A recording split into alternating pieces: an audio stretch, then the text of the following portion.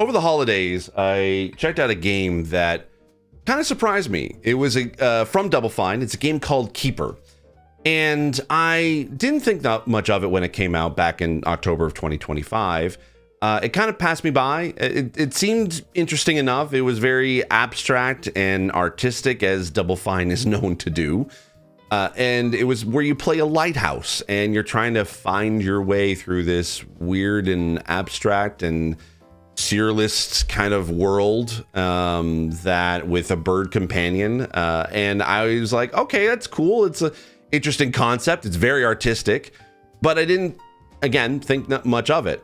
And it wasn't until someone from Double Fine reached out and told me that they had just released a patch update that included a bit of accessibility that it piqued my interest enough to give it a try. And so I did. And little did I know that that one little bit of accessibility helped me roll credits on it and became my first game that I completed in 2026. So let's talk about it.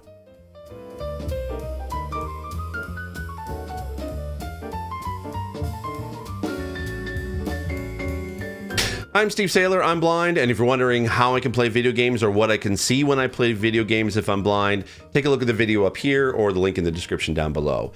And welcome to 2026, which is my first video for the year. It's a little bit different setup, and it's a little bit more of a cozier kind of vibe, which is kind of what I'm going for.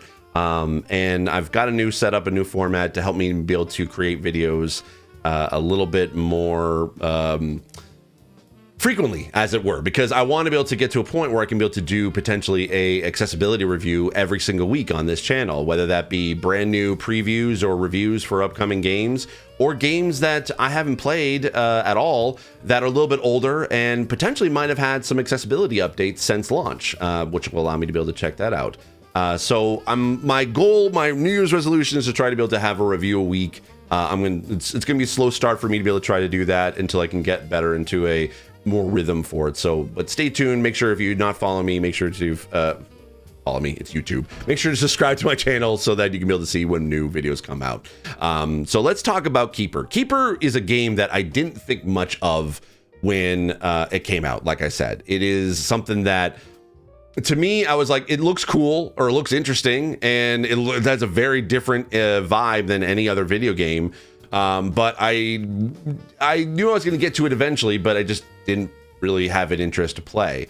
And so over the holidays, I was trying to be able to find games I can be able to try out, and just, you know, kind of different games that I had sort of an interest in. And again, this update came out with high contrast mode, and I really wanted to check it out. So I did, and I fell in love with the game. I was able to complete it. I rolled credits, which if you've known me on my YouTube channel or known me on my content, rolling credits on a game is very difficult for me to be able to do. So I was able to do that this year, and it's it's really high up there as far as a game that I would definitely recommend if you want something that's not necessarily video game like centric, or at least what we think of a video game, because there's no combat, there's no enemies. I mean, there's sort of enemies-ish, but there's no actual combat involved in this game. It's mostly puzzle solving, and it's mostly just exploring this artistic, very, again, surrealist, abstract world that you have to try to find your way through. And it's not about a game that you would sort of like, you're trying to be able to get to the end. You're trying to be able to, the whole point of the game, I think, or one of the points of the game, is to enjoy the journey and to fall in love with this world. And there's the way they do it is a really cool way. Again, no combat. There's also no dialogue. So there's no need for subtitles. So that's great for deaf and hard hearing players. You don't need to worry about anything, any sound sort of kind of preventing you from playing the game or blocking you from playing the game. So it's really great for deaf and hard hearing players. It is a little bit difficult for blind players, but I'll get to that in a little bit when I show some gameplay. But it is something that is just, you have to kind of play it to really kind of get it. So I would say, before I get into the accessibility of this, I would say if the TLDR, if you just like these kind of like games that just are trying something different, definitely check out Keeper. It's one of my recommendations, and I was very glad that I was able to finally be able to pick this up and play just because of the accessibility. But let's go into the accessibility and let's talk about it. So put my headphones on, switch over to here, and here's the settings menu. So good news for blind players is that there is a screen narrator that you can be able to turn on and off, and including it will turn on, it's on automatically when you play the game, when you start the game, which is great. I will say that the screen reader, unfortunately, is only works within the menus, which is great. You would want it to work there, but there are certain times where text pops up in the game that I would love to have seen the screen reader or screen narration kind of pop in for that, to help blind players be able to know what to do next. You can also increase the text size and the text weight to be a little bit more higher contrast, or at least stand out a bit more within the game as need to. And you can turn on the interactive prompt display, which is the thing that's always pop up at the bottom that tells you which button to be able to push. So if you have tried it for a bit and come back a little bit later, forgot what the controls are, you can be able to go, you can have that on and it'll tell you what to do, what buttons to push when you're doing it. All right, there is also a high contrast mode. Like I mentioned, this is the part of the new update for the game. And you can be able to adjust a lot of options here, which is great. I love seeing more customization for high contrast mode, because it really does allow you to be able to customize that experience. It works best for you. So you can be able to change the background color saturation. So you can set it to completely black and white, which I'll show you in a minute how it looks. You can be able to have it full saturation and just full colorful environments that you can see. Also, you can be able to turn on and off high contrast cinematics, so that way the high contrast mode doesn't turn on when there's a cinematic moment in the game, which is something I love in a lot of other games as well. I hope that basically if you're working on a high contrast mode, include that, because I personally prefer to have the cinematics not be in high contrast, but that might be but still have that option there to turn on and off, because not everyone needs that particular feature. For me, you could also turn on the lamp guidelines and player outline. That is really interesting to see. I'll show you in a minute what it looks like, but the lamp guidelines is pretty much what I use a lot to kind of help me orient myself. The lamp that you can be able to use in the game, you use the right thumbstick to be able to move the lamp around the full 360 around the environment, but it can be difficult to see because it is just light after all. And in these bright and colorful environments, it may be difficult to know what it is you're shining your lamp on. So what they do is you can be able to create a bit of guidelines, which has a little bit of a line or outline-ish around it, so it helps you be able to know where the light is shining. You can also be able to hit a button on the controller to be able to reset the lamp to wherever direction your character the lighthouse is facing, so that way if you're stuck or the camera is just a little off and you're trying to be able to get back to the game, or basically there's a lot of times where you'll find that the camera angle will switch and you need to reorient the lamp. You can be able to just reset it by hitting a button. It will go back to its default sort of facing to forward direction. You can also be able to change the colors, of course, the companion colors, interactable colors, puzzle objects, creature color, and path blocker colors. The path blocker colors will show up as red. That's kind of like your quote unquote enemies.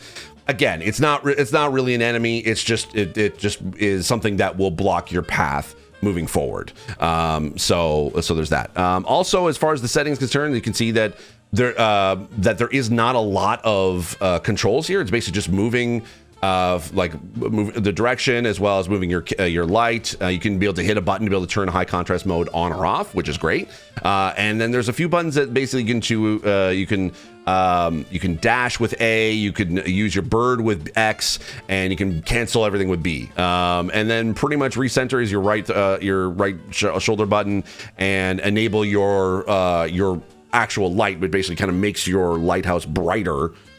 Your light from your lighthouse brighter, you use your trigger button for that. So there are some buttons that are not being used on the controller, and I believe it's also, you can be able to do this on mouse and keyboard if you're playing on that as well. But it does allow you to be a little bit more freedom to be able to remap the controls, which you can. You can be able to change the bindings of pretty much everything that makes the game more comfortable for you. So there is a photosensitivity teaser warning, which is great.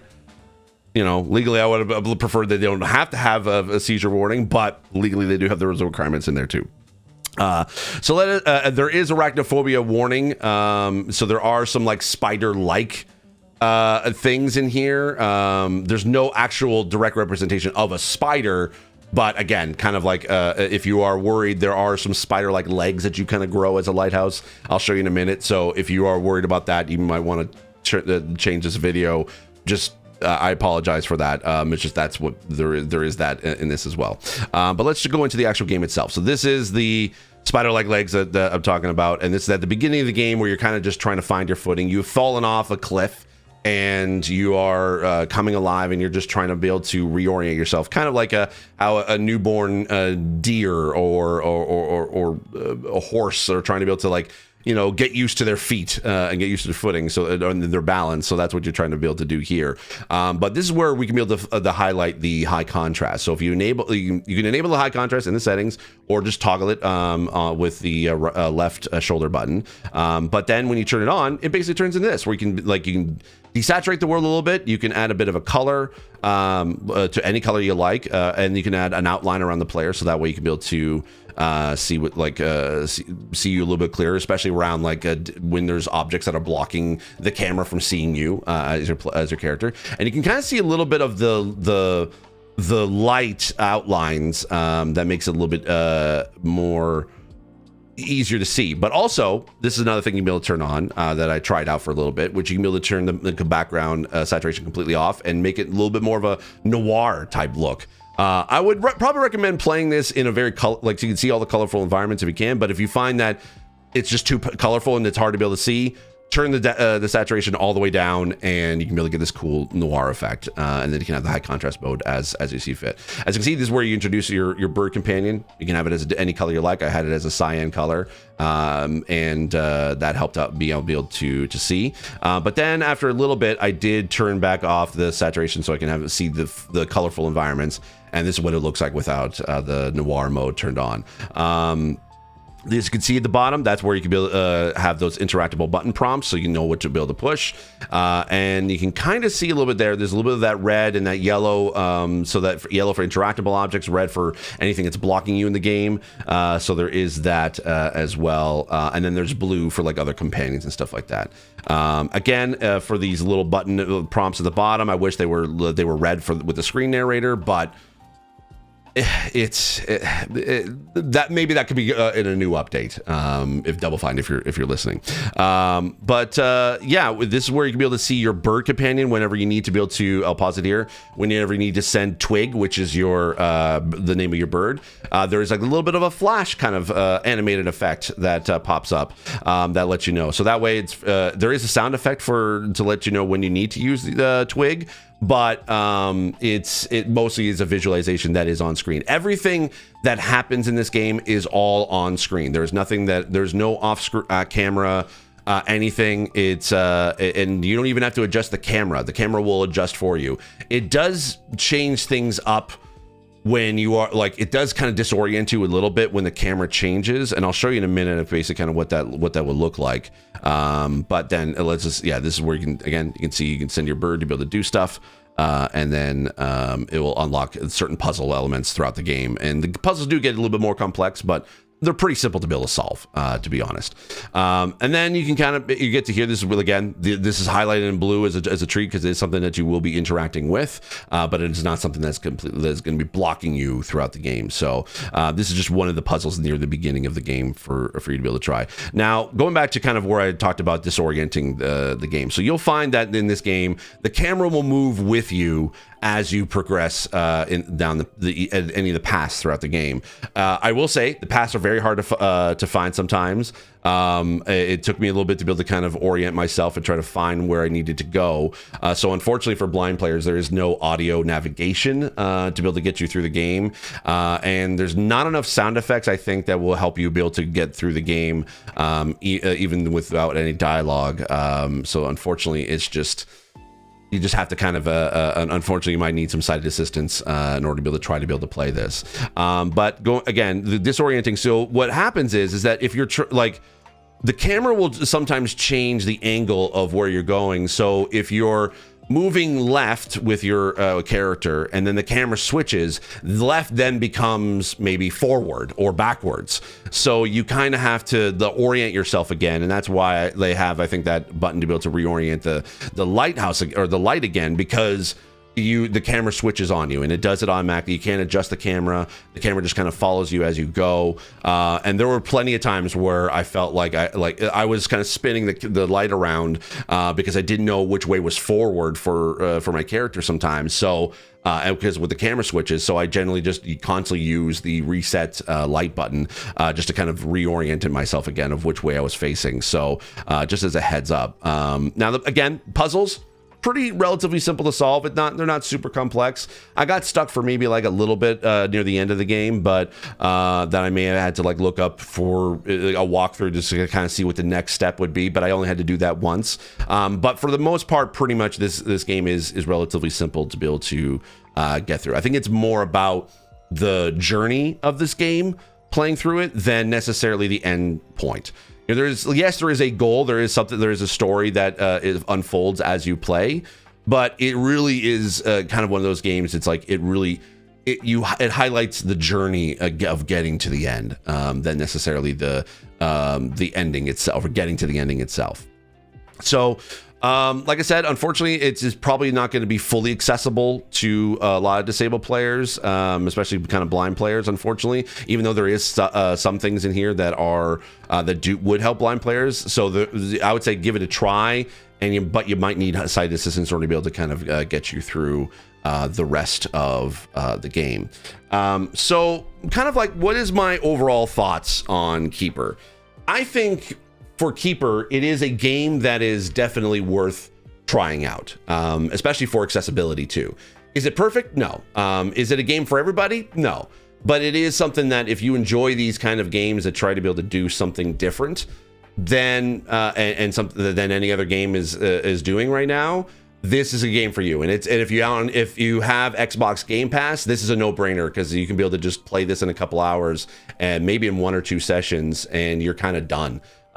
So I would say I definitely would recommend it beyond just sort of what my review score would be for accessibility, but it is something that I think worth trying out. So for Keeper from Double Fine, what do I give it score-wise for accessibility? I would say I would give this a 3.5 out of 5.